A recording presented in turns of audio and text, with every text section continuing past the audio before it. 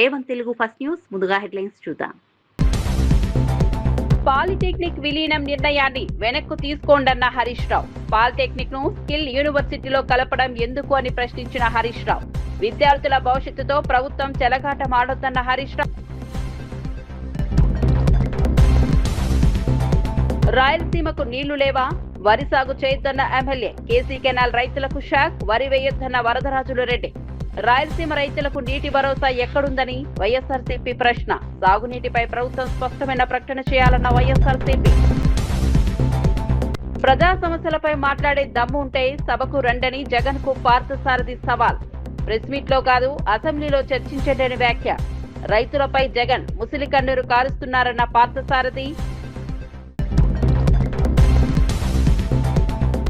తెలంగాణలో Khelo India Olympic gold medals లక్ష్యమన్న Hanumantharao. Khelo India games తో తెలంగాణ యువతకు మంచి వేదిక అన్న హనుమంతరావు. గ్రామీణ క్రీడా ప్రతిభను వెలికితీయాలన్న హనుమంతరావు. ఒలింపిక్స్ లో తెలంగాణ నుంచి గోల్డ్ మెడల్స్ రావాలన్న హనుమంతరావు. యాదాద్రి బోర్డులో సురేఖ నియామకం ఎలా అని ప్రశ్నించిన కవిత. సురేఖ నియామకంపై రేవంత్ సర్కార్ను నిలదీసిన కవిత. యాదాద్రి బోర్డు సభ్యుల ఎంపికకు ప్రమాణాలేంటి అని ప్రశ్నించిన వైనం. ఆలయ బోర్డు నియామకాల్లో పారదర్శకత లేదా అని వైనం. వైఎస్ఆర్సీపీ అధినేత వైఎస్ జగన్మోహన్ రెడ్డి ప్రెస్ మీట్లలో అసత్యాలు ప్రచారం చేస్తున్నారని ఆంధ్రప్రదేశ్ మంత్రి కొలుసు పార్థసారథి విమర్శించారు. ప్రజా సమస్యలపై మాట్లాడేందుకు ధైర్యం ఉంటే శాసనసభకు వచ్చి చర్చించాలని జగన్ కు సవాల్ విసిరారు. ఎల్నినో ప్రభావంతో వర్షాభావ పరిస్థితులు ఏర్పడే అవకాశం ఉన్న నేపథ్యంలో కూటమి ప్రభుత్వం ముందస్తు చర్యలు చేపడుతోందని తెలిపారు. రైతులకు అవసరమైన విత్తనాలను ముందుగానే సబ్సిడీపై అందిస్తూ అప్రమత్తం చేస్తున్నామని తెలిపారు. రైతులు ఇబ్బందులు పడకుండా పంటల పరిస్థితిని ప్రభుత్వం పర్యవేక్షిస్తోందన్నారు. వర్షాభావ పరిస్థితులపై ప్రభుత్వం తగిన ప్రణాళికతో ముందుకు వెళ్తోందని తెలిపారు. అయితే జగన్ కేవలం రాజకీయ ప్రయోజనాల కోసం రైతుల సమస్యలపై ముసలి కన్నీరు కారుస్తున్నారని పార్థసారథి విమర్శించారు. ప్రజలకు వాస్తవ పరిస్థితులను వివరించాల్సిన బాధ్యత ప్రభుత్వంపై ఉందని అన్నారు. రైతులకు విత్తనాలు, సాగునీరు, అవసరమైన సహాయం అందించేందుకు అధికారులు పనిచేస్తున్నారని చెప్పారు. చాలా అత్యున్నత పదవి టీచింగ్ కమ్యూనిటీలో. మీరు ఎప్పుడైనా సరే ఒక్క బలహీన వర్గ వ్యక్తికైనా సరే ఒక వైస్ ఛాన్సలర్ పోస్ట్ ఇచ్చారా అని చెప్పేసి అడుగుతా ఉన్నా నేను. నేతి బీరకాయలు నెయ్యి ఎంత ఉంటుందో మీ మాటల్లో కూడా బలహీన వర్గాలకి న్యాయం అంతే ఉంటుందని చెప్పేసి కూడా నేను ఈ సందర్భంగా తెలియజేస్తా ఉన్నాను. అంతేకాదు ఈ అసైన్మెంట్ భూముల్ని ఫ్రీ హోల్డ్ అని చెప్పేసి ఎన్ని లక్షల ఎకరాలు బలహీన వర్గాలకి చెందింది, దళితులకి చెందిన భూముల్ని మీరు మీ నాయక గణం దోచేసుకున్నారో కూడా ఈరోజు చెప్పమని చెప్పేసి కూడా నేను అడుగుతా ఉన్నాను. ఎన్ని వందల మంది బీసీలు పొట్టన పెట్టుకున్నారో కూడా మీ రాజకీయ హత్యలతో ఒకసారి పొట్టన పెట్టమని మన లెక్క కూడా చెప్పమని చెప్పేసి నేను ఈ సందర్భంగా నేను తెలియజేస్తాను. అంతేగా సంక్షేమ కార్యక్రమాల గురించి నేనేదో బ్రాండ్ అంబాసిడర్ని అని చెప్పుకుంటూ ఉన్నారు. మీరు ప్రతి విషయంలో కూడా మీరు ఈ రాష్ట్ర ప్రజలు మోసం చేశారని చెప్పేసి మనం చేస్తా ఉన్నాను. మాట తప్పను మడమ తిప్పను అనేది ఒకేదో క్యాప్షన్. తెలంగాణలో ప్రభుత్వ ఉద్యోగులు, ఉపాధ్యాయులు తమ సమస్యల పరిష్కారం కోసం హైదరాబాద్ లో భారీ ధర్నా నిర్వహించారు. 6 ప్రధాన డిమాండ్లతో చేపట్టిన ఈ నిరసనలో ఉద్యోగులు, ఉపాధ్యాయులు పెద్ద సంఖ్యలో పాల్గొన్నారు. రెండో పే రివిజన్ కమిషన్ నివేదికను వెంటనే అమలు చేయాలని డిమాండ్ చేశారు. పెండింగ్ లో ఉన్న డిఏ బకాయిలను చెల్లించాలని కోరారు. ఉద్యోగులకు, పెన్షనర్లకు సంబంధించిన పెండింగ్ బిల్లులను వెంటనే విడుదల చేయాలని ప్రభుత్వాన్ని కోరారు. సిపిఎస్ విధానాన్ని రద్దు చేసి పాత పెన్షన్ విధానాన్ని పునరుద్ధరించాలని డిమాండ్ చేశారు. ఉద్యోగులు, ఉపాధ్యాయులకు కొత్త ఆరోగ్య పథకాన్ని పూర్తి స్థాయిలో అమలు చేయాలని కోరారు. దీర్ఘకాలంగా తమ సమస్యలు పరిష్కారం కాకపోవడంతో ప్రభుత్వం దృష్టిని ఆకర్షించేందుకు మహాధర్నా నిర్వహించినట్లు ఉద్యోగ సంఘాల ప్రతినిధులు తెలిపారు. పెండింగ్ డిఏలు, పే రివిజన్, పెన్షన్ బిల్లుల విషయంలో స్పష్టమైన నిర్ణయం తీసుకోవాలని డిమాండ్ చేశారు. సిపిఎస్ వల్ల ఉద్యోగుల భవిష్యత్ భద్రతపై ఆందోళనలు ఉన్నాయని అన్నారు. ఇంకా 8,000 కోట్లు బకాయిలు కాదు, మనకు బాకీ ఉన్నాయి. ఈ ప్రభుత్వం మనకు బాకీ ఉంది. మన డబ్బులేవి, ఎవరి డబ్బులు కాదు. పిఆర్సీ రిపోర్ట్ తెప్పించుకొని ఇంప్లిమెంట్ చేస్తున్నారు. మరి 3 సంవత్సరాలు ఎప్పుడైనా పిఆర్సీ రిపోర్ట్ పెండింగ్ ఉన్నదా? 6 డిఏలు ఎప్పుడైనా పెండింగ్ ఉన్నాయా? ఇంట్లో కూడా నెంబర్ 1 వచ్చాం. మరి ఎన్ని రోజులు ఎదురు చూస్తాం? సిరిసిల్ల జిల్లా వేములవాడ రూరల్ మండలం మర్రిపల్లి గ్రామానికి చెందిన ఉప సర్పంచ్ తో పాటు పలువురు వార్డు సభ్యులు కాంగ్రెస్ పార్టీలో చేరారు. రాష్ట్ర ప్రభుత్వ విప్ ఆది శ్రీనివాస్ వారికి కాంగ్రెస్ కండువాలు కప్పి పార్టీలోకి ఆహ్వానించారు. ఈ సందర్భంగా ఆది శ్రీనివాస్ బీజేపీ నేతలపై తీవ్ర స్థాయిలో మండిపడ్డారు. రాష్ట్ర ప్రభుత్వం అమలు చేస్తున్న సంక్షేమ పథకాలు, అభివృద్ధి కార్యక్రమాలను చూసి ప్రజలు కాంగ్రెస్ వైపు వస్తున్నారని అన్నారు. కాంగ్రెస్ ప్రభుత్వం అభివృద్ధి పనులు చేస్తుంటే బీజేపీ నేతలు ఉనికి కోసం ఆరోపణలు చేస్తున్నారని విమర్శించారు. స్మార్ట్ రేషన్ కార్డుల విషయంలో రాజకీయ విమర్శలు చేయడం కంటే పేదలకు అందుతున్న ప్రయోజనాలను గుర్తించాలని సూచించారు. గత 10 ఏళ్లలో ఒక్క రేషన్ కూడా మంజూరు చేయని వారు ఇప్పుడు ఎందుకు ప్రశ్నిస్తున్నారని నిలదీశారు. తెలంగాణలో మాత్రమే సన్న బియ్యం పంపిణీ చేస్తున్నామని, బీజేపీ పాలిత రాష్ట్రాల్లో ఎందుకు అమలు చేయడం లేదని ప్రశ్నించారు. కేంద్రం నుంచి తెలంగాణకు రావాల్సిన నిధులపై కూడా బీజేపీ నేతలు సమాధానం చెప్పాలని డిమాండ్ చేశారు. చెప్పేటువంటి సందర్భాన్ని ఈ ప్రయత్నం చేస్తూ ఓవైపున గత 10 ఏళ్లలో తెలంగాణలో బారాస పరిపాలించి గత 12 ఏళ్ళుగా కేంద్రంలో భాజపా పరిపాలిస్తుంది. ప్రభుత్వంలో ఉన్నటువంటి వాళ్ళు పేదలకు గుర్తింపు కార్డుగా ఉన్నటువంటి రేషన్ కార్డును ఇవ్వలేకపోయిన సందర్భంలో బారాస ప్రభుత్వం ఉన్నప్పుడు భాజపా ప్రశ్నించలేదు. పేదలకు ఎందుకు రేషన్ కార్డు ఇస్తారు, ఎందుకంటే బారాస భాజపా ఫెవికాల్ ఒప్పందం ఒకటే కాబట్టి. కానీ ఈరోజు స్మార్ట్ కార్డుల పంపిణీ కార్యక్రమం మొదలైన క్రమంలో మా మోడీ ఫోటో ఎందుకు పెట్టలేదని చెప్పేటటువంటి భారతీయ జనతా పార్టీ రాజకీయం చేసే ప్రయత్నం చేస్తున్నారు. భారతదేశంలో 29 రాష్ట్రాలుంటే సన్న బియ్యం ఇస్తున్న రాష్ట్రం కేవలం తెలంగాణ. అది రేవంత్ రెడ్డి ముఖ్యమంత్రి గారు సంపన్నులు తినేటువంటి సన్న బియ్యం పేద వర్గాలు ఎందుకు తినకూడదని చెప్పని సంవత్సరానికి 14,600 కోట్ల భారం పడుతున్న ఇచ్చే కార్యక్రమం చేసి ఈరోజు స్మార్ట్ కార్డులు అంత 10 ఏళ్లలో రేషన్ కార్డు ఇవ్వకుండా అడగవు. రేషన్ కార్డుకి ఎందుకు ఇవ్వలేదని చెప్పిన భారత ప్రభుత్వాన్ని కనీసం పల్లెత్తు మాట్లాడరు. లేదు, నువ్వు రేషన్ కార్డు కొత్తగా ఇవ్వకుండా సరే వాళ్ళ గుర్తింపు కార్డు ఉపయోగపడేటువంటి కార్డులు ఎందుకు ఇవ్వమని అడగలేదు. కానీ నువ్వు రేషన్ కార్డు స్మార్ట్ కార్డు హోదాలు ఇస్తే క్రమంలో ఈ ప్రాంతంలో భారతీయ జనతా పార్టీ సంబంధించిన వాళ్ళు కోడిగుడ్డుకు ఈకలు పీకే విధంగా మా మోదీ ఫోటో ఎందుకు పెడతలేదని చెప్పంటున్నారు. నువ్వు నీ రాష్ట్రాలలో నువ్వు సన్నబియ్యం ఇచ్చే కార్యక్రమం మొదలుపెట్టు. సన్నబియ్యం మీరు ఇస్తే ఈ రాష్ట్ర ప్రభుత్వ ఆలోచన. అంతేకాదు ఈరోజు ఈ రాష్ట్రం నుంచి లక్షలాది కోట్ల రూపాయలు పన్ను రూపంలో కేంద్ర ప్రభుత్వం పోతున్నాయి. మన దేశము అనేక రాష్ట్రాల సమూహము, ఈ రాష్ట్రాల ద్వారా వచ్చే సమూహం ఆదాయంతో కేంద్ర ప్రభుత్వం నడిచేటువంటి క్రమంలో కేంద్ర ప్రభుత్వం ద్వారా కొన్ని కార్యక్రమాలు అమలు చేస్తున్నాం, పథకాలను చెప్తున్నారు. అందులో మరి రాష్ట్రాల ముఖ్యమంత్రులు ఫోటోలు పెడుతున్నారు. అనేక 29 రాష్ట్రాల నుంచి ప్రజా పన్నుల రూపంలో మన రాష్ట్రం వాటా కూడా వెళ్తుంది. అనేక రాష్ట్రాల వాటా రాష్ట్రాల సమూహం నుంచి వెళ్తుంది. కేంద్ర ప్రభుత్వ పథకాలు ప్రకటిస్తున్నారు. ఆ కేంద్ర ప్రభుత్వ పథకాలలో అందరు ముఖ్యమంత్రి ఫోటోలు పెడుతున్నారు. తెలంగాణకు సంబంధించినటువంటి వ్యాఖ్యలపై ప్రభుత్వం బీర్లా ఐలయ్య తీవ్రంగా స్పందించారు. 22A భూముల విషయంలో ప్రభుత్వం ఇప్పటికే స్పష్టత ఇచ్చినప్పటికీ రాజకీయ లబ్ధి కోసం మహేశ్వర్ రెడ్డి విమర్శలు చేస్తున్నారని ఆరోపించారు. నిషేధిత జాబితాలో ఉన్న భూములను ప్రభుత్వం నిబంధనల ప్రకారం తొలగిస్తోందని తెలిపారు. అయినప్పటికీ రాహుల్ గాంధీకి నెలకు 200 కోట్ల రూపాయల ముడుపులు వెళ్తున్నాయంటూ మహేశ్వర్ రెడ్డి చేసిన వ్యాఖ్యలకు బీర్లా ఐలయ్య తీవ్రంగా ఖండించారు. ఇలాంటి ఆరోపణలు బాధ్యత రాహిత్యమని అన్నారు. కాంగ్రెస్ నాయకులు గాంధీ కుటుంబంపై అనవసర ఆరోపణలు చేయడం సరికాదని పేర్కొన్నారు. బీజేపీ అధికారంలో ఉన్న రాష్ట్రాల నుంచి మోదీ, అమిత్ షాకు ఏమైనా ముడుపులు వెళ్తున్నాయా అంటూ ఆయన ప్రశ్నించారు. కాంగ్రెస్ పార్టీ త్యాగాల చరిత్ర కలిగిన పార్టీ అని అన్నారు. భూ సమస్యల పరిష్కారానికి ప్రభుత్వం చర్యలు తీసుకుంటుంటే బీజేపీ, బీఆర్ఎస్ నేతలు కలిసి రాజకీయ విమర్శలు చేస్తున్నారని ఆరోపించారు. హరీష్ రావు, మహేశ్వర్ రెడ్డి ఇద్దరు ఒకే విధంగా ప్రభుత్వాన్ని విమర్శిస్తున్నాయని అన్నారు. ప్రభుత్వం ఏ ముఖం పెట్టుకొని మాట్లాడుతున్నావు వేలేష్ మహేశ్వరి, అందుకే నిన్నందరూ మెంటల్ మహేశ్వరి అంటారు. ఇవాళ 22 అనేది మాట్లాడుతున్నావు. మరి 22 అనేది గత ప్రభుత్వంలో ఉన్నటువంటి ఆ జాబితాను కూడా మా ప్రభుత్వం, మా గౌరవ ముఖ్యమంత్రి, అదేవిధంగా రెవెన్యూ శాఖ మాటలని చెప్పి రాహుల్ గాంధీ గారికి మా ముఖ్యమంత్రి ముడుపులు ఇస్తున్నాడా? రాహుల్ గాంధీ కుటుంబ చరిత్ర ఎరికేనా నీకు? త్యాగాల కుటుంబం, వేల కోట్ల సంపదను దేశం కోసం, దేశ ప్రజల కోసం ఇచ్చినటువంటి కుటుంబానికి ముడుపులు అవసరమా మహేశ్వర్ రెడ్డి? అందుకే నువ్వు మెంటలెక్కి మాట్లాడుతున్నావు. ఇలాంటి మెంటలెక్కి మాటలు బంద్ చేసుకో.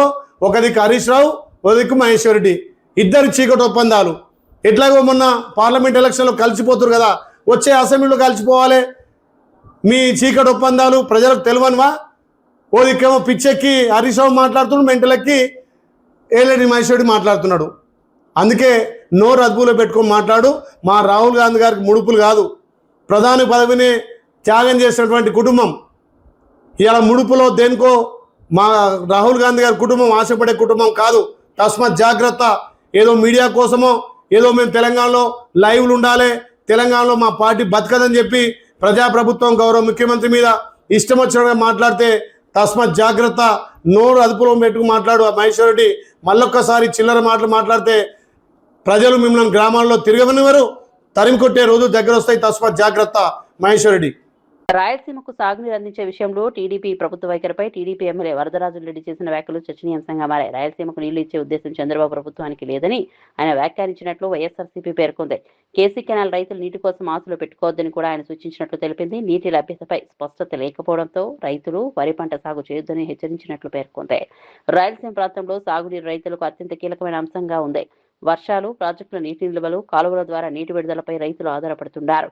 ఈ పరిస్థితుల్లో అధికార పార్టీ ఎమ్మెల్యే చేసిన వ్యాఖ్యలు రైతుల్లో ఆందోళనకు కారణమయ్యే అవకాశం ఉందని వైఎస్ఆర్సీపీ విమర్శించింది. కేసీ కెనాల్ పరిధిలోని రైతులకు ప్రభుత్వం స్పష్టమైన నీటి ప్రణాళిక ప్రకటించాలని డిమాండ్ చేసింది.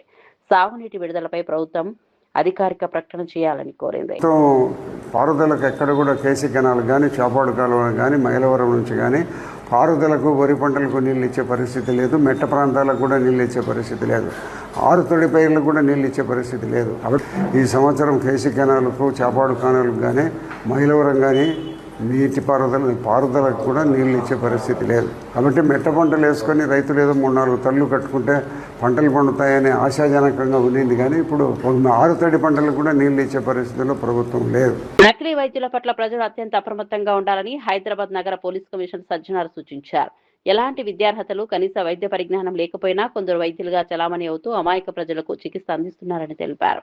ఇప్పటికే నకిలీ వైద్యులపై ప్రత్యేక నిఘా పెట్టి 12 మందిని గుర్తించి చట్టపరమైన చర్యలు తీసుకున్నామని వెల్లడించారు. నకిలీ వైద్యుల యాంటీబయోటిక్స్, స్టెరాయిడ్లు, బీపీ, మధుమేహం మందులతో పాటు ఇంజెక్షన్లు, సెలైన్లు ఇస్తూ ప్రజల ఆరోగ్యాన్ని ప్రమాదంలోకి నెడుతున్నారని హెచ్చరించారు. తప్పు మందులు, తప్పు మోతాదులు వాడటం వల్ల ఊపిరితిత్తులు, గుండె, మూత్రపిండాలపై తీవ్ర ప్రభావం పడే అవకాశం ఉందన్నారు. చికిత్స కోసం వెళ్లే ముందు క్లినిక్ లేదా ఆసుపత్రి రిజిస్ట్రేషన్ సర్టిఫికెట్ ఉందో లేదో పరిశీలించాలని సూచించారు.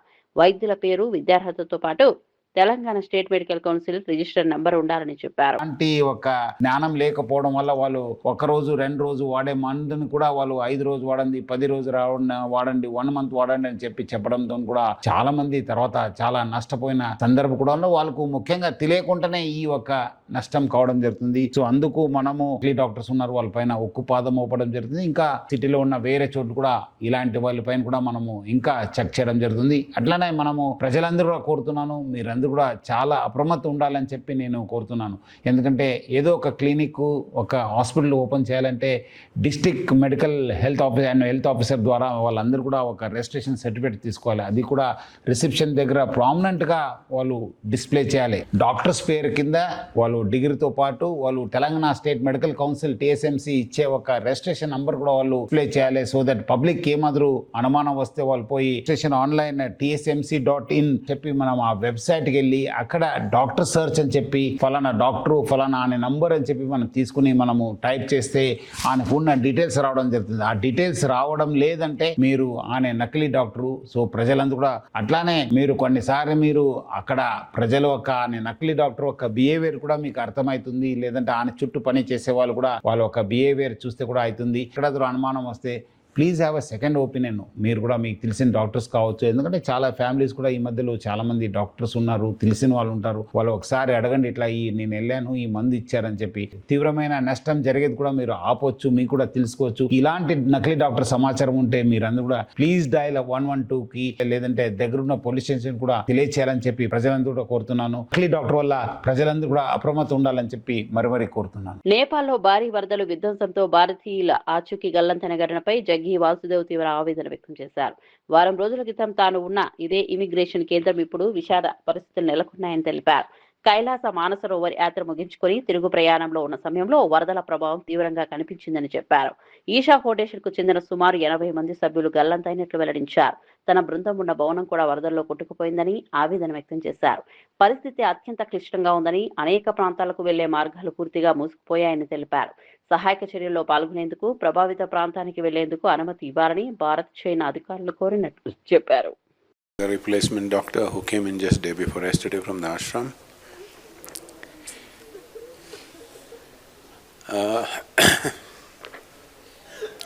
But we have no any kind of official confirmation of any kind.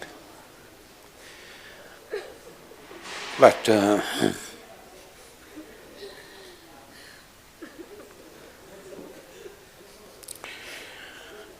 looking at the scale of destruction, it looks bad. the same building where we were for the immigration just a week ago. That entire building is washed away.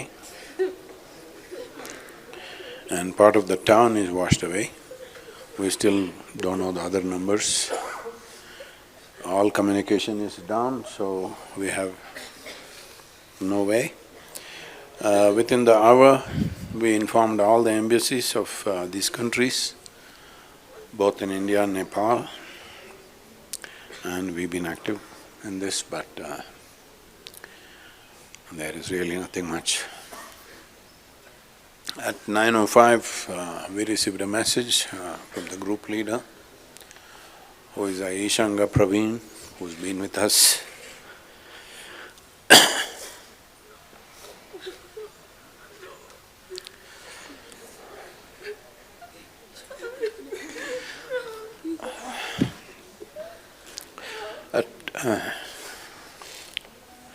At 9:05, he sent a message that they have arrived at the immigration.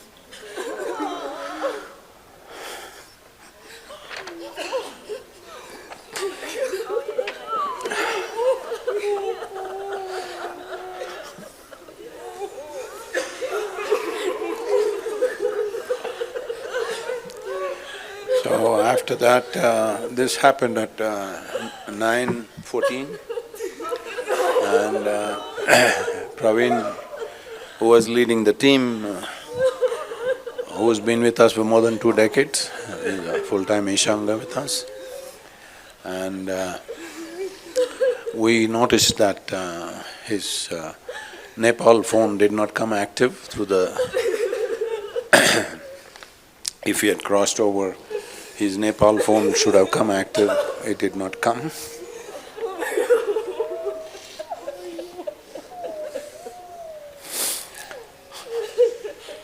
Yadadri ఆలయ board సభ్యురాలుగా Surekha నియామకంపై BRS MLC కవిత తెలంగాణ ప్రభుత్వాన్ని ప్రశ్నించారు. ఆంధ్ర ప్రాంతానికి చెందిన చిరంజీవి భార్య సురేఖకు Yadadri board సభ్యురాలుగా ఎలా నియమిస్తారని ఆమె నిలదీశారు.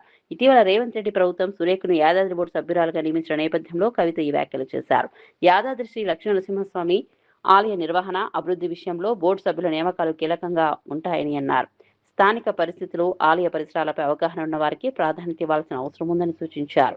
ప్రభుత్వం తీసుకునే నిర్ణయంపై ప్రజలకు స్పష్టత ఇవ్వాలని కోరారు. బోర్డు సభ్యుల ఎంపికలో ప్రభుత్వం ఏ ప్రమాణాలను అనుసరించిందో వివరించాలని డిమాండ్ చేశారు. యాదాద్రి ఆలయానికి సంబంధించిన నిర్ణయాల్లో పారదర్శకత ఉండాలని అన్నారు. ఆలయ అభివృద్ధి, భక్తుల సౌకర్యాలు, పరిపాలనా అంశాలపై ప్రభుత్వం దృష్టి పెట్టాలని సూచించారు. గుట్ట పేరు యాదాద్రి ఎట్లా మారుస్తారు అని చిలక పలుకులు పలికినటువంటి రేవంత్ రెడ్డి గారు ఇవాళ మరి ఆ యాదాద్రిలో ఒక ప్రముఖ నటుడికి సంబంధించినటువంటి శ్రీమతి గారికి మెంబర్ ఇచ్చిండ్రు. అంటే మన గుళ్ళల్లో కూడా మన కోసమే ప్రత్యేకంగా కట్టుకున్న గుడి, మన తెలంగాణ రాష్ట్రం ఏర్పడ్డాక పైసా తెలంగాణ ప్రభుత్వం ఇస్తే కట్టినటువంటి గుడి యాదాద్రి. ఆ గుడిలో ఇవాళ ఆంధ్ర ప్రాంతం వాళ్ళు ఎట్లా మెంబర్స్ ఉంటారు? మనోళ్ళు తిరుపతిలో ఉంటారు మెంబర్స్. ఎందుకోసం ఉంటారు? తిరుపతి హుండీలో వేసిన ప్రతి పైసాలో తెలంగాణ వాళ్ళ భాగస్వామ్యం ఉంటుంది. ఎన్నో వందల సంవత్సరాల నుంచి అది నడుస్తుంది కాబట్టి అక్కడ కర్ణాటక వాళ్ళకి ఇస్తారు, తెలంగాణలోకి ఇస్తారు, తమిళనాడు వాళ్ళకి ఇస్తారు, అందరికి ఇస్తారు మెంబర్లు. మీరు యాదాద్రిలో మొత్తం తెలంగాణ పైసలతో కట్టిన దాంట్లో వేరే ప్రాంతం వాళ్ళకి ఎట్లా ఇస్తారు? అడిగేటోళ్ళు ఎవరు లేరని అనుకుంటారా మిమ్మల్ని? మొన్న బయోకాన్ కంపెనీలో 200 మంది పిల్లల్ని తెలుగు మాట్లాడితే తీసేయండి అంటే 200 మంది పిల్లల్ని తీసేసారు. ఏం మాట్లాడదు మీ ప్రభుత్వం? ప్రతి హాస్పిటల్లో ఇవాళ కేరళ ప్రాంతం నర్సులకు ఎక్కువ పైసలు ఇస్తారు, తెలంగాణ ప్రాంతం నర్సులు అంటే తక్కువ పైసలు ఇస్తారు. మాట్లాడదు మీ ప్రభుత్వం. బీసీలకు పదవుల కేటాయింపు విషయంలో చంద్రబాబు, వైఎస్ జగన్ పాలనపై చర్చకు సిద్ధమని వైఎస్ఆర్సీపీ నేత సవాల్ విసిరారు. 1995 ఎన్టీఆర్ నుంచి చంద్రబాబు పార్టీని తీసుకున్నప్పటి నుంచి ఆయన 4 సార్లు ముఖ్యమంత్రిగా పనిచేశారని పేర్కొన్నారు. చంద్రబాబు పాలనలో ఎంతమంది బీసీలకు పదవులు ఇచ్చారో, వైఎస్ జగన్ 5 ఏళ్ల పాలనలో ఎంతమంది బీసీలకు ఎన్ని పదవులు ఇచ్చారో బహిరంగంగా చర్చించేందుకు తాను సిద్ధంగా ఉన్నానని అన్నారు. ఇందుకు సమయం, తేదీ, ప్రదేశం నిర్ణయిస్తే చర్చకు వస్తానని స్పష్టం చేశారు. బీసీలకు రాజకీయ ప్రాతినిధ్యం కల్పించే విషయంలో 2 ప్రభుత్వాల పనితీరును ప్రజల ముందు ఉంచాల్సిన అవసరం ఉందన్నారు. కేవలం ప్రకటనలు కాకుండా వాస్తవంగా ఎన్ని పదవులు, అవకాశాలు కల్పించారో లెక్కలు చెప్పాలని డిమాండ్ చేశారు. బీసీల సంక్షేమం, రాజకీయ ప్రాతినిధ్యం, పదవుల కేటాయింపు అంశాలపై పూర్తి స్థాయిలో చర్చ జరగాలని అన్నారు. దీంట్లో ఆయన 4వసారి ముఖ్యమంత్రిగా ఉన్నాడు. జగన్మోహన్ రెడ్డి గారు 5 సార్లు ముఖ్యమంత్రిగా ఉన్నాడు. జగన్మోహన్ రెడ్డి గారు బీసీలకి ఎన్ని పదవులు ఇచ్చాడు, రాజకీయంగా ఎంతమందిని అత్యున్నత రాజ్యసభల దగ్గర నుంచి కింద స్థాయికి ఎంతమంది నేను ఎప్పటికీ కూడా ఎప్పుడు చెప్పినా రవిచంద్ర గారు లొకేషను టైము ప్లేసు అన్నీ ఆయనకి వదిలేస్తున్నా, ఎప్పుడైనా నేను చర్చకు సిద్ధమే అని తెలియజేస్తూ ఈరోజు ఇంకొకటి చెప్పాడు. అనిల్ కుమార్ యాదవ్ ప్రెస్ మీట్ పెట్టింది బీసీల రిజర్వేషన్కి అడ్డుకట్ట వేసేదానికంట. గతంలో జగన్మోహన్ రెడ్డి గారు ముఖ్యమంత్రి అయిన తర్వాత జగన్మోహన్ రెడ్డి గారు ఏదైతే ఒక జీవో తీసుకొచ్చి 34% రిజర్వేషన్ ఇవ్వాలి అంటే ఇవ్వకూడదు అని చెప్పి సుప్రీంకోర్టులో కేసు వేసిన వ్యక్తి ఎవరు? ఇదిగో ఈయన బీరు ప్రతాప్ రెడ్డో బిర్రు ప్రతాప్ రెడ్డో మీ పార్టీకి సంబంధించిన వ్యక్తి కాదా? ఇది కాదా అవునా చెప్పండి, రెండే సూటి. ఆ రోజు బీసీల రిజర్వేషన్కి వ్యతిరేకంగా సుప్రీంకోర్టులో పోయి తీర్పు తీసుకొచ్చిన వ్యక్తి ఈ బీరు ప్రతాప్ రెడ్డి మీ పార్టీ కాదా? 2019లో డైరెక్ట్గా మీ గవర్నమెంట్ జీవో మీ అధికారంలో ఉన్నప్పుడు పంచాయతీ రాజ్ దాంట్లో ఒక కౌన్సిల్ మెంబర్గా ఆయనకి పోస్ట్ ఇచ్చింది మీరు కాదా అని అడుగుతా ఉన్నా. రవిచంద్ర గారిని కానీ తెలుగుదేశం పార్టీ నాయకుల్ని సూటిగా ఈయన మీ వ్యక్తి అవునా కాదా, కేసు వేసింది ఈయన కాదా?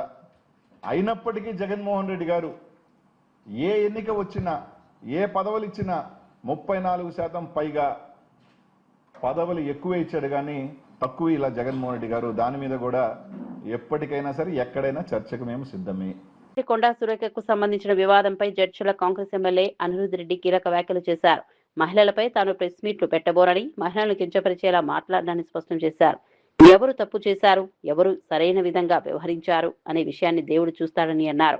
మహిళ కంట నీరు ఒక్క చుక్క నేలపై పడినా అది సునామీగా మారే పరిస్థితి ఉంటుందని వ్యాఖ్యానించారు. కొండా సురేఖ వ్యవహారాన్ని పార్టీ క్రమశిక్షణ కమిటీ పరిశీలిస్తోందని తెలిపారు. కాంగ్రెస్ పార్టీలో అంతర్గతంగా ఉన్న సమస్యలను పార్టీ వేదికలపై చర్చించుకోవాల్సిన అవసరం ఉందన్నారు. వ్యక్తిగత విమర్శలకు దూరంగా ఉండాలని సూచించారు. మహిళల గౌరవాన్ని కాపాడడం ప్రతి ఒక్కరి బాధ్యత అని పేర్కొన్నారు. పార్టీకి సంబంధించిన వివాదాలు బహిరంగంగా మరింత ముదరకుండా అధిష్టానం నిర్ణయం తీసుకోవాలని అన్నారు. వాళ్ళు తిడితే నేను అక్షంతలుగా తీసుకుంటాను కానీ నేను ఏమి అన్నాను. మీరు చూస్తే సీఎం రేవంత్ రెడ్డి గారు వచ్చిన తర్వాత ఒకటే మాట చెప్తున్నారు, ఆ విషయం పైన ఎవరు మాట్లాడొద్దు, కొండా సురేఖ గారి ఇష్యూ పైన ఎవరు మాట్లాడద్దు. ఎందుకంటే క్రమశిక్షణ కమిటీ వాళ్ళు ఆల్రెడీ వాళ్ళు ఎంక్వైరీ చేసి వాళ్ళు ఏందనేది కూడా రిపోర్ట్ ఇచ్చినారు. కాబట్టి ఏఐసిసి నిర్ణయం కానీ పిసిసి ప్రెసిడెంట్ నిర్ణయం కానీ మా సీఎం గారి నిర్ణయం కానీ ఏది ఉన్నా కానీ దానికి మేము కట్టుబడి ఉంటాం. అంటే మీరు ఇప్పుడు కొండా సురేఖ గారికి బాసటగా నిలబడుతున్నారా? నేను ఒక మహిళల పైన నేను ప్రెస్ మీట్లు పెట్టను, మహిళలను కించపరిచేలాగా నేను మాట్లాడను. ఎవరు తప్పు చేసేది అనేది దేవుడు చూస్తున్నారు. ఆల్రెడీ క్రమశిక్షణ కమిటీ వాళ్ళ నివేదిక ఇచ్చినారు. దానిపైన ఏది చర్యలు తీసుకున్నా కానీ దానికి కట్టుబడి ఉంటాం. తెలంగాణలో పాలిటెక్నిక్ కాలేజీలను యంగ్ ఇండియా స్కిల్ యూనివర్సిటీలో విలీనం చేసే నిర్ణయంపై మాజీ మంత్రి హరీష్ రావు మరోసారి విమర్శలు చేశారు. ఈ నిర్ణయంపై ప్రభుత్వం మళ్లీ కమిటీ ఏర్పాటు చేయడాన్ని ఆయన ప్రశ్నించారు. పాలిటెక్నిక్ విద్యను స్కిల్ యూనివర్సిటీ పరిధిలోకి తీసుకురావడం సరైన నిర్ణయం కాదని అన్నారు. ఆంధ్రప్రదేశ్లో ఇలాంటి ప్రతిపాదన తీసుకొచ్చి తర్వాత తప్పని భావించి వెనక్కు తగ్గాలని హరీష్ రావు పేర్కొన్నారు. ఢిల్లీలో కూడా ఇలాంటి ప్రయత్నం విఫలమైందని చెప్పారు. ఇతర ప్రాంతాల వద్ద ఎదురైన అనుభవాలను పరిశీలించిన తర్వాత తెలంగాణ ప్రభుత్వం కూడా ఈ నిర్ణయాన్ని వెనక్కు తీసుకోవాలని డిమాండ్ చేశారు. పాలిటెక్నిక్ విద్యార్థుల భవిష్యత్తును దృష్టిలో పెట్టుకుని ప్రభుత్వం నిర్ణయం తీసుకోవాలని సూచించారు. ఇప్పటికే విద్యార్థులు అధ్యాపకులు ఈ అంశంపై ఆందోళన చేస్తున్నారని గుర్తు చేశారు. మా దౌర్భాగ్యము రేవంత్ రెడ్డి ఈ మధ్య మాట్లాడుతూ ఇంజనీరింగ్ విద్యార్థులంతా కూడా క్రిమినల్ వేస్ట్ అని మాట్లాడినాడు. అదే విద్యార్థులు ఏమంటున్నారంటే రేవంత్ రెడ్డి రాష్ట్రానికి ముఖ్యమంత్రి కావడం అంతకంటే క్రిమినల్ వేస్ట్ అని ఇలా విద్యార్థులు మాట్లాడుతున్న పరిస్థితి ఉన్నది. రేవంత్ రెడ్డి గారు ఇలా మమ్మల్ని ఎందుకు అరెస్ట్ చేశారు? మేము వరంగల్ పాలిటెక్నిక్ కాలేజీకి వెళ్లి ఆ పిల్లలతో మాట్లాడడం వల్ల మీకు వచ్చిన ఇబ్బంది ఏంది? ఆ పిల్లల బాధలు మేము వినడం వల్ల మీకు వచ్చిన ఇబ్బంది ఏంది? మీకు ఎవరు చెప్పినారు స్కిల్ యూనివర్సిటీలో కల్పని? ఎవరైనా దరఖాస్తు ఇచ్చిండ్రా? అసలు what is skill university? Skill university PPP model, public private participation తో స్కిల్ యూనివర్సిటీ ఏర్పాటు చేసినారు. స్కిల్ యూనివర్సిటీకి గవర్నమెంట్ తో సంబంధం లేదు. ఇవాళ రాష్ట్రంలో ఉండే ప్రభుత్వ పాలిటెక్నిక్లను తీసుకుపోయి స్కిల్ యూనివర్సిటీలో కలపడం అంటే ప్రైవేట్ పరం చేయడం. ఆ పిల్లల్ని ఆగం చేస్తున్నావు. ఇలా పాలిటెక్నిక్ పిల్లలు 15,000 ఫీజు కడితే చదువు అయిపోతుంది. రేపు ప్రైవేట్ లో కలిపితే 5,000 సంవత్సరానికి 3 ఏళ్లకు 15,000. రేపు మీరు స్కిల్ యూనివర్సిటీలో కలిపితే అడ్డగోలుగా ఫీజులు పెంచితే ఆ పిల్లల భవిష్యత్ ఆగం కాదా? ఏఐసిటి అనుమతితో వాళ్ళు పిల్లలు చదువుతున్నారు కనుక ఇంజనీరింగ్ లో సెకండ్ ఇయర్ డైరెక్ట్ గా పోయే అవకాశం ఉంది. రేపు నువ్వు స్కిల్ యూనివర్సిటీలో కలిపితే వాళ్ళ జీవితాలు ఆగమవుతాయి. ఇవాళ polytechnic is different, ITI is different. నీకు అవగాహన లేక ఐటీఐతో పాలిటెక్నిక్ లను కలపడం వల్ల పిల్లల జీవితాలు ఆగమవుతాయి. తెలంగాణలో ఖేలో ఇండియా యూత్ గేమ్స్ నిర్వహించాలని ముఖ్యమంత్రి రేవంత్ రెడ్డి నిర్ణయాన్ని ప్రభుత్వ సలహాదారు వి హనుమంతరావు అభినందించారు. రాష్ట్రంలో క్రీడా ప్రతిభను ప్రోత్సహించేందుకు ఈ గేమ్స్ ఎంతో ఉపయోగపడతాయని అన్నారు. తెలంగాణ నుంచి భవిష్యత్తులో ఒలింపిక్స్ లో గోల్డ్ మెడల్ సాధించేలా క్రీడాకారులు తీర్చిదిద్దాలనే లక్ష్యంతో ప్రభుత్వం పనిచేస్తోందని తెలిపారు. గ్రామీణ ప్రాంతాల్లోని ప్రతిభావంతులైన క్రీడాకారులను గుర్తించి వారికి అవసరమైన శిక్షణ, మౌలిక సదుపాయాలు కల్పించాల్సిన అవసరం ఉందన్నారు. ఖేలో ఇండియా యూత్ గేమ్స్ ద్వారా యువతకు జాతీయ స్థాయిలో తమ ప్రతిభను ప్రదర్శించే అవకాశం ఉందని చెప్పారు. క్రీడారంగంలో తెలంగాణను మరింత ముందుకు తీసుకెళ్లేందుకు ప్రభుత్వం కృషి చేస్తోందని తెలిపారు. ఈ గేమ్స్ విజయవంతం కావడానికి తన పూర్తి సహకారం అందిస్తానని హనుమంతరావు స్పష్టం చేశారు. ఎందుకంటే రాజీవ్ గాంధీ గారు కూడా ఆ రోజులు అన్న తర్వాతనే నాకు ఒక ఆలోచన వచ్చింది. రాజీవ్ గాంధీ 2020 టోర్నమెంట్ ఇప్పటికీ 19 ఏళ్ల నుంచి నడిపిస్తున్నా. రేపు వచ్చే జనవరిలో 20 సంవత్సరం అవుతుంది. మా ముఖ్యమంత్రి గారిని నేను కోరేది ఒకటి, అయ్యా నేను యాజ్ ఎ స్పోర్ట్స్ మినిస్టర్గా ఎన్నోసార్లు వాలీబాల్, అదేవిధంగా ఫుట్బాల్, అదేవిధంగా క్రికెట్ ఇవన్నీ ఉన్నాయి. నాకు స్పోర్ట్స్ అంటే చాలా, మీకు ఏ విధంగానైతే స్పోర్ట్స్ మీద ప్రేమ ఉన్నదో నాకు కూడా ప్రేమ ఉన్నది. కనుక నాకు ఏ పని అప్పచెప్పినా తప్పనిసరిగా రాత్రనక పగలనక ఖేలో ఇండియా యూత్ గేమ్స్ ను సక్సెస్ చేయడానికి నా పూర్తి సహకారం అందిస్తా. అదేవిధంగా గతంలో ఏదైతే రాజీవ్ గాంధీ ఏషియన్ గేమ్స్ జరిపిన తర్వాత ఆయన పేరు మీద రాజీవ్ గాంధీ ఖేల్ రత్న అవార్డు ఇవ్వడం జరిగింది. కానీ తర్వాత ఈ ప్రభుత్వం ఎన్డీఏ వచ్చిన తర్వాత ఆ పేరు చేంజ్ చేసి మేజర్ ధ్యాన్ చంద్ ఖేల్ అవార్డు అని పెట్టారు. ఆ రోజులలో ఆయన హాకీ ప్లేయర్ ఉండే, మంచిదే, వేరే పేరు పెట్టి ఇవ్వచ్చు కదా. కావాలి అంటే రాజీవ్ గాంధీ పేరు ఉండొద్దు అనేది దృక్పథంతో ఈ పేరు చేంజ్ చేశారు. కనుక నా ఉద్దేశంలో ఇలాంటి ఆలోచన రావద్దు. గేమ్స్ లో ఎవరి పాలిటిక్స్ ఉండదు. ప్లేయర్ అనేవాడు గెలిపే ముఖ్యమని ప్రయత్నం చేస్తాడు. నా దేశానికి మిడిల్ తేవాలని చేస్తాడు, నా దేశ ప్రగతి కావాలని చేస్తాడు. పార్టీలతో నిమిత్తం లేకుండా దీన్ని సక్సెస్ చేయాలి. అదేవిధంగా మా కిషన్ రెడ్డి గారు ఏదైతే 22 కోట్లు కేంద్ర ప్రభుత్వం ఇస్తుందంటుందో దాంట్లో భాగమే కిషన్ రెడ్డి గారు మా రేవంత్ రెడ్డి గారు ముఖ్యమంత్రికి ఏదైతే అమెరికా పోవడానికి అన్ని ప్రయత్నాలు చేసిన తర్వాత ఏదో సాకుతో ఆయన ఆపడం, కేవలం ఆఫీసర్లు పంపడం, ఇది చాలా తెలంగాణ ప్రజల ఆత్మగౌరవం దెబ్బతిన్నది. కనుక ఇప్పటికన్నా మా ముఖ్యమంత్రి గారు అమెరికా వెళ్ళేటందుకు నువ్వు ప్రయత్నం చేయాలి. ఏ ఇండస్ట్రీ వచ్చినా ఇక్కడ వాళ్ళకే కదా ఉద్యోగాలు వచ్చేది. ఇక్కడున్న పాలిటెక్నిక్ విలీనం నిర్ణయాన్ని వెనక్కు తీసుకోండన్న హరీష్ రావు. పాలిటెక్నిక్ ను స్కిల్ యూనివర్సిటీలో కలపడం ఎందుకు అని ప్రశ్నించిన హరీష్ రావు. విద్యార్థుల భవిష్యత్తుతో ప్రభుత్వం చెలగాటమాడొద్దన్న హరీష్ రావు. రాయలసీమకు నీళ్లు లేవా? వరి సాగు చేయొద్దన్న ఎమ్మెల్యే. కేసీ కెనాల్ రైతులకు షాక్, వరి వేయొద్దన్న వరదరాజులు రెడ్డి. రాయలసీమ రైతులకు నీటి భరోసా ఎక్కడుందని వైఎస్ఆర్సీపీ ప్రశ్న. సాగునీటిపై ప్రభుత్వం స్పష్టమైన ప్రకటన చేయాలన్న వైఎస్ఆర్సీపీ. ప్రజా సమస్యలపై మాట్లాడే దమ్ము ఉంటే సభకు రండని జగన్ కు పార్థసారథి సవాల్. ప్రెస్ మీట్ లో కాదు అసెంబ్లీలో చర్చించండి వ్యాఖ్య. రైతులపై జగన్ ముసిలి కన్నీరు కారుస్తున్నారన్న పార్థసారథి. తెలంగాణలో Khelo India Olympic gold medals లక్ష్యమన్న హనుమంతరావు. ఖేలో ఇండియా గేమ్స్ తో తెలంగాణ యువతకు మంచి వేదిక అన్న హనుమంతరావు. గ్రామీణ క్రీడా ప్రతిభను వెలికి తీయాలన్న హనుమంతరావు. ఒలింపిక్స్ లో తెలంగాణ నుంచి గోల్డ్ మెడల్స్ రావాలన్న హనుమంతరావు. యాదాద్రి బోర్డులో సురేఖ నియామకం ఎలా అని ప్రశ్నించిన కవిత. సురేఖ నియామకంపై రేవంత్ సర్కార్ను నిలదీసిన కవిత. యాదాద్రి బోర్డు సభ్యుల ఎంపికకు ప్రమాణాలేంటి అని ప్రశ్నించిన వైనం. ఆలయ బోర్డు నియామకాల్లో పారదర్శకత లేదా అని వైనం.